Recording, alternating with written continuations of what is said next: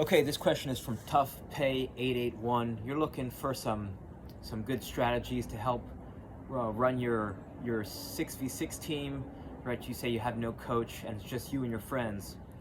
So I think what you're actually trying to do, you say that you want to work on things to improve passing, and so I'm going to show you some things that are not only going to help you develop passing, but also things that are going to help you with the fundamentals.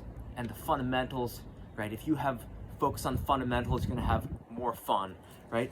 So what does every soccer player have to do well, and every team have to do well? Well, every soccer player has to know how to dribble, juggle, pass, and shoot. Every team has to pass. Every team has to keep possession, finish on goal, and I would say every team has to transition rapidly from attack to defense. So I think since you're playing 6v6, right? You're playing 6v6. Technical skills are gonna rapidly improve not only your passing, but your dribbling and your shooting and your juggling, right? Because juggling will make or break your team, right? Because juggling is all about your first touch, which directly corresponds to passing, and juggling helps dribbling as well as shooting. So if your team were to only spend one time, for example, if you could only choose to spend time on one activity, let's say you only had, this isn't real, but if you only had one practice and the only thing you did that whole practice was juggling games, you'd see tremendous improvement. But if you only spent a few minutes dribbling or shooting, I don't think you'd see that significant improvement.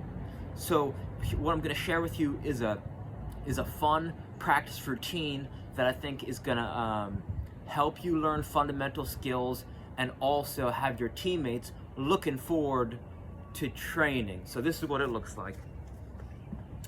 This might take a little work from you because you're the one quarterbacking this, right? You're the one who's asking this question, so it's gonna be on you to start to be the pseudo coach, right? You're gonna start to be the coach, the interim coach. The first part, right? You gotta make sure you're investing in a warm-up. Too often you see players, they get on a field, and sometimes the first thing they're gonna start to do is banging shots, right? 40-yard shots. I've seen a handful of players through my lifetime completely ruin their careers from torn ACLs, torn ankles, and just catastrophic injuries from not warming up properly. So make sure you get a good warm up and a good cool down is super important. So the first step is ball mastery, right? So it goes warm up, ball mastery. You could find a progression of ball mastery moves if you go to Cover Coaching. Just search on YouTube, Cover Coaching, or there's an app on the Apple Store or Android. Just search Cover, C-O-E-R-V-E-R. I think the first move they teach you, I'm sure you've seen it before, it's this basic one right here. But the beauty is that, right, each practice session you should learn one ball mastery move, and then the next practice after that practice, you got to start stacking moves on top of each other. So the first practice, let's say you learn this one. So the next practice you say, okay, let everyone show me toe taps or whatever they're called. So everyone shows you this one, and then you say, okay, now everybody some of these, right? So now everyone does these, and then the following practice you say, okay, everyone show me toe taps, or side to sides, and then everyone show me toe taps, and they're here, and then the next one is everyone show me tap stop. So it's here, here, here. So there's a progression, right? And the more that your team masters these skills and turns them into muscle memory, then you're gonna play better on the field, because everyone's head's gonna be able to lift up. They're gonna see the field more clearly. They're gonna be able to make better passes and make better decisions, have better awareness of time and space on the field. The next thing you want to do is learn this dribbling sequence. This is the Tom Turnbull dribbling sequence. It goes like this. You go outside, outside, inside, outside, inside, outside, outside, inside, outside, inside, outside, outside, inside, outside, inside. And you do that over and over and over. You could do this in a designated area, or you could do this around the field. The reason why this is so powerful is because it's easy to memorize.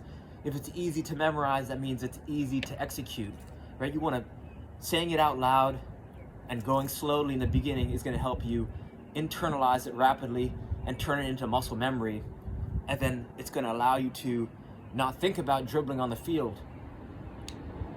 The second reason why it's so powerful is because it's going to start to act as a connector for other moves, right? You're going to start to see players go like outside, outside, inside, outside, scissor, or outside, outside, inside, outside, L move, or outside, outside, inside, outside, chop, right? So it's a foundation for dribbling that's just going to elevate your whole team's dribbling abilities. So that's part two, right?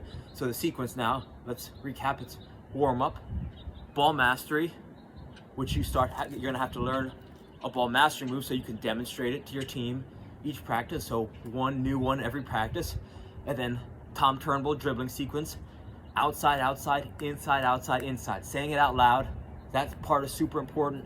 Slow in the beginning. Slow is smooth, smooth is fast, right? The next part is the barrel game. I'm gonna assume that there's a trash can by the field where you practice. If not, you could buy this is a 20 bucks for this brute barrel, or you could use a hamper, or you could use a basket, a bucket, whatever, just some type of vessel. And then what you're gonna do is you're gonna put this in the middle of the field, right? Because in the middle of the field, there's that circle. So you have all the players stand on the outside of the center circle, right? In the center of the field. Everyone lines up and everyone's got a ball in their hand. And what you're gonna do is play the barrel game.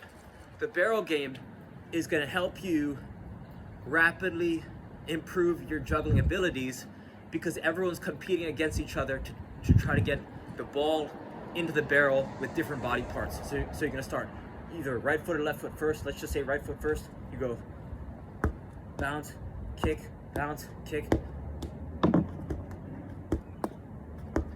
in. If this is more advanced, if everyone on your team is good at juggling, then you're gonna go like this. So right foot first, then you go left foot. So you could say, right, like you could do it in the style where everyone's racing to see who gets right foot first, and then someone gets it, so then you reset. Now it's left foot. See who can do left foot first. So it's here, right? Bounce, bounce, bounce, bounce, and then the next one is alternating feet, right? Alternating feet. If people are good with juggling, it looks like this. It goes.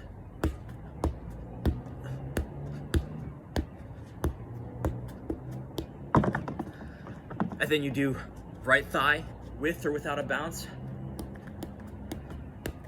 Fuck.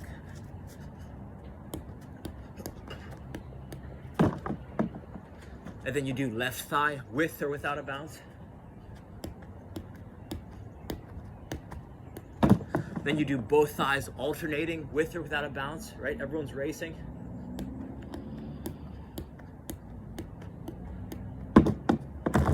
And then you finish with any body part you want with or without a bounce. So it can look like this.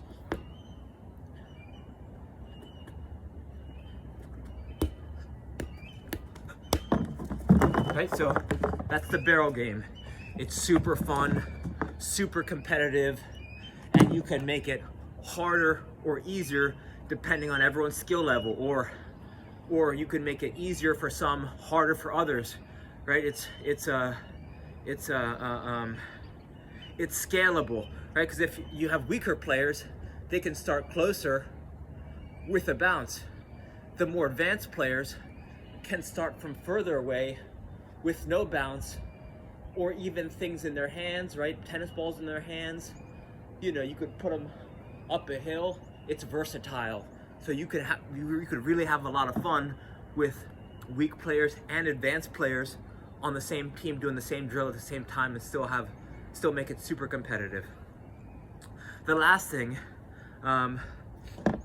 you might want to invest in tall cones, right? Because for the last thing that you're going to finish on is